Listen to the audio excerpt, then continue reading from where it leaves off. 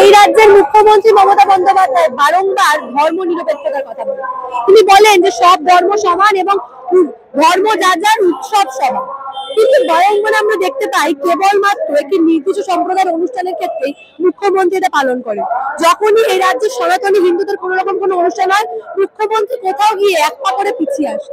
এই যে আপনারা জানেন আগামীকাল গীতা পাঠের অনুষ্ঠান রয়েছে, সেই ক্ষেত্রেও কিন্তু একই চিত্র আমরা দেখতে পাচ্ছি। এবং অন্যদিকে তিনি আজকে যে সংহতি দিবস পালন করলেন, সেই সংহতি দিবসকে ঘিরে এবার ক্ষুব্ধ হয়ে যাচ্ছে এই রাজ্যের সনাতনী সমাজ। সাধু সন্তরা সরাসরি মুখ্যমন্ত্রীর বিরুদ্ধে প্রশ্ন তুলতে শুরু করেছেন যে এই হেন বিচারিতা কেন বারংবার এই রাজ্য সনাতনীদের সঙ্গে করা হয়। আজকের প্রতিবেদনের মাধ্যমে আপনাদের দেখাবো সনাতনী সমাজ কি প্রশ্ন তুলছে, কতটা ক্ষুব্ধ তারা। তার জন্য এই প্রতিবেদন সম্পূর্ণ দেখুন এবং 26-এ পরিবর্তনের যে হুঁশিয়ারি তারা দিচ্ছেন, মমতা বন্দ্যোপাধ্যায়কে সরাসরি কি বলছেন এই প্রতিবেদনে দেখাবো। নমস্কার, আমি সানিয়া, দা নিউজ বাংলায় আপনাদের সকলকে স্বাগত। 26-এ পরিবর্তন হবে, ওই মমতাকে এখান থেকে তাড়ানো হবে হবে হবে, কারণ মমতাকে দেশে রাখা হবে না। তা তো সে এক নাম্বার কথা মুসলিমের বউ, সনাতন ধর্মের অনুষ্ঠানে বাধা দেয়, পুজোতে বাধা দেয়, দুর্গা পুজোয় বাধা দেয়। এত বাধা আছে কি দেখে ওর?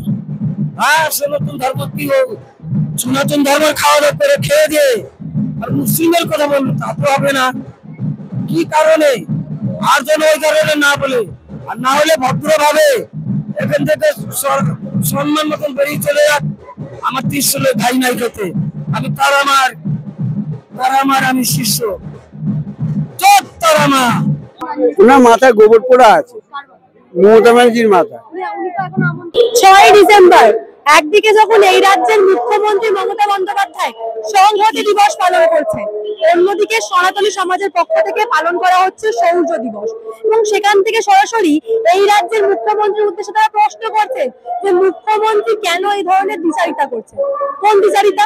একদিকে যেমন সংখ্যালঘু সম্প্রদায়ের যে কোনো অনুষ্ঠানে মুখ্যমন্ত্রী একেবারে এগিয়ে থাকেন, অন্যদিকে সনাতনীদের কোনো অনুষ্ঠান হলেই কেন মুখ্যমন্ত্রীর তরফ থেকে বাধা সৃষ্টি করা হয়, কোনো প্রকার কোনো যোগদান তো দূর, উল্টে তার বিপক্ষে কথাবার্তা শোনা যায়।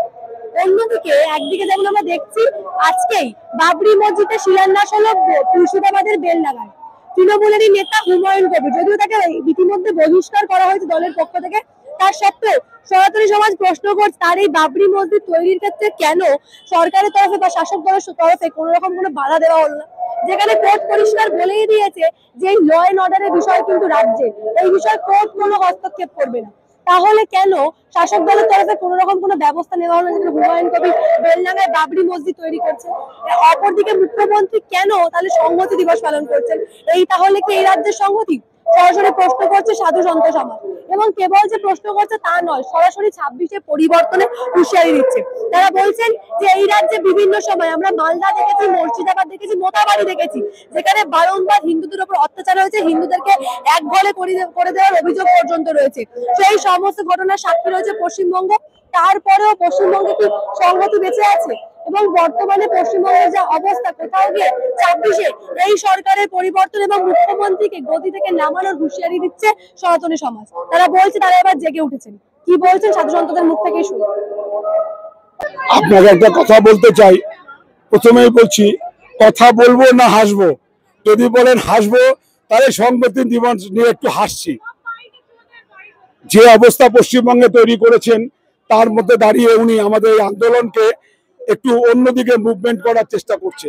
তাই ওনাকে একটু স্মরণ করিয়ে দিতে চাই যে এই দিবসের কোনো দাম নেই। ওনার যদি সময় থাকে উনি এসে দেখে যান যেভাবে সাধুরা রাজপথে ওনার বিরুদ্ধে প্রতিবাদ করছে।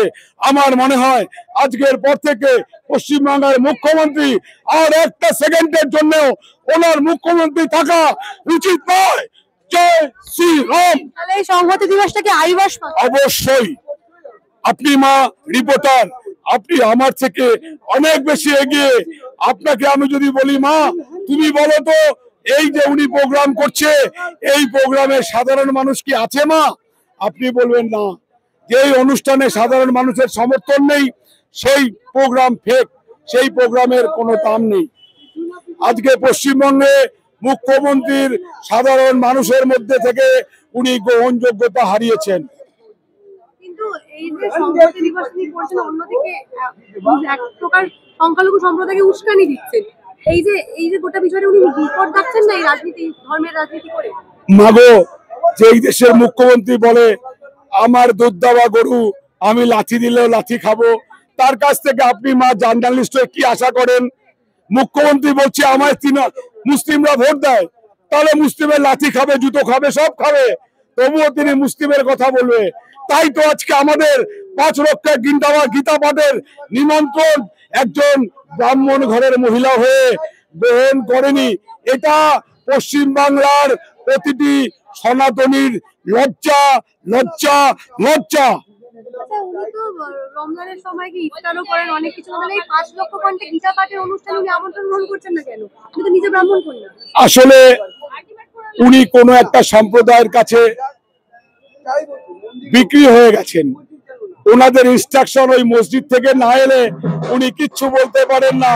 তাই ওই মসজিদ থেকে এখনো তার অনুমতি আসেনি যে তিনি আসবেন কি আসবেন না।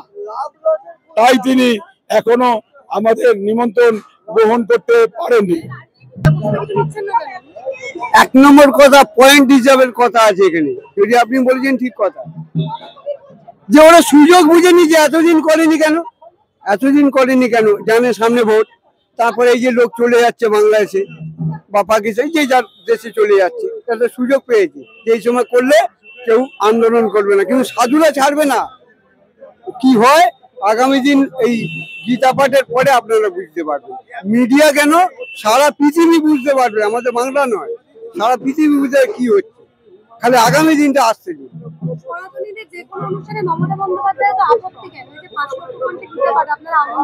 ওনার মাথায় গোবর পোড়া আছে, মমতা ব্যানার্জির মাথা।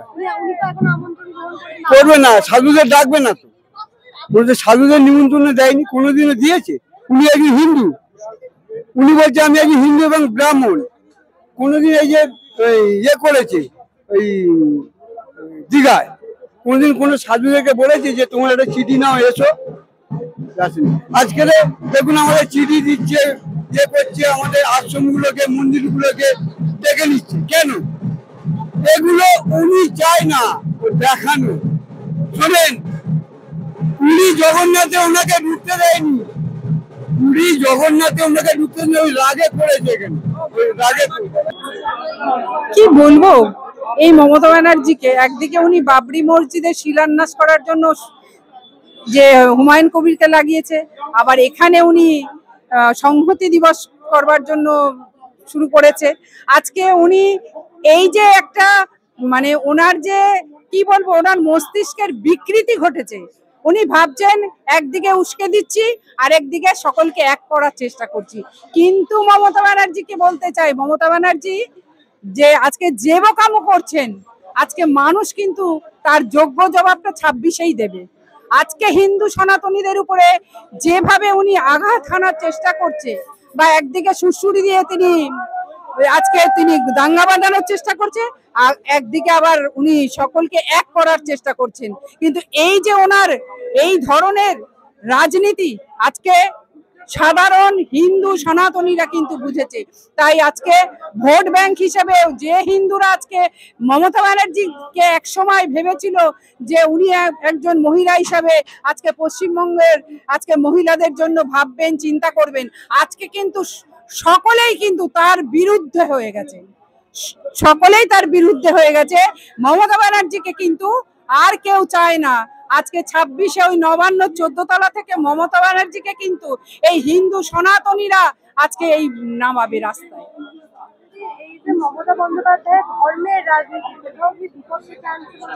হ্যাঁ, অবশ্যই বিপদটা ডেকে আনছেই। উনি তো এই যে ধর্মের সুশ্রুরানি দিয়ে আজকে দেখুন, আজকে আমাদের যারা এই বাংলার মুসলিম যা সংখ্যালঘু ভাই বোনেরা, তারা তো আমাদেরই। তারা আজকে যদি আমার রাজ্যে থেকে তারা যদি পাকিস্তানের জয় দেখায়, তখন তাদের বিরুদ্ধে আমরা থাকি। কিন্তু আজকে যারা আমাদের এই পশ্চিমবাংলার সংখ্যালঘু ভাই বোনেরা, আমরা কিন্তু তাদের পক্ষেই থাকি, কখনো কিন্তু আমরা দ্বিচারিতা করি না। কিন্তু মমতা ব্যানার্জি নিজে কিন্তু সেই জিনিসটা তৈরি করছে, আজকে উস্কানিমূলক বিষয় তিনি তৈরি করছে। না হলে তিনি হুমায়ুন কবিরকে আজকের দিনেই বাবরি মসজিদে শিলান্যাস করার জন্য উনি এই দিনটা বেছে নিতেন না। অফিসে পরিবর্তন হবে, ওই মমতাকে এখান থেকে তাড়ানো হবে হবে হবে। কারণ মমতাকে দেশে রাখা হবে না। তা তো সে এক নাম্বার কথা মুসলিমের বউ, এক নাম্বার কথা মুসলিমের বউ। সনাতন ধর্মের অনুষ্ঠানে বাধা দেয়, পুজোতে বাধা দেয়, দুর্গা পূজায় বাধা দেয়। এত বাধা আছে কি দেখে ওর? হ্যাঁ, সনাতন ধর্ম কি ও সনাতন ধর্মের খাওয়া দাওয়া করে খেয়ে দিয়ে আর মুসলিমের কথা বললো, তা তো হবে না। কি কারণে? আর যেন ওই কারণে না বলে, আর না হলে ভদ্রভাবে এখান থেকে সম্মান মতন বেরিয়ে চলে যাক। আমার ত্রিশূলে ভাই নাই খেতে, আমি তার আমার আমি শিষ্য। দেখেছেন কিভাবে উত্তপ্ত হয়ে রয়েছে এই সনাতনী সমাজ। উত্তপ্ত হওয়ার কারণ পরিষ্কার। আপনারা জানেন আগামীকাল ব্রিগেডের ময়দানে 5 লক্ষ কণ্ঠে গীতা পাঠের আয়োজন করা হয়েছে, কিন্তু মুখ্যমন্ত্রী সেই প্রোগ্রামে অংশগ্রহণ করতে না। অন্যদিকে সাধুচন্দ্র রায় প্রশ্ন তুলছেন যে একদিকে যখন এই রাজ্যে রমজান মাসে ইফতার হয়, ইফতারে গিয়ে যোগদান করেন এই রাজ্যের মুখ্যমন্ত্রী। তিনি যদি এতই সংহতি প্রিয়, তাহলে কেন কেবলমাত্র হিন্দুদের অনুষ্ঠানে যেতেই তার বাধা রয়েছে? না, এই কথাটা আমি বলছি না, প্রশ্ন করছেন সনাতনী সমাজ। পরিষ্কার আপনারা দেখতে পাবেন প্রশ্ন করতে শুরু করেছে যে কেন এই রাজ্যের মুখ্যমন্ত্রী একটা নির্দিষ্ট সম্প্রদায়ের প্রতি নরম এবং বাকিদের প্রতি অন্যরকম আচরণ করে।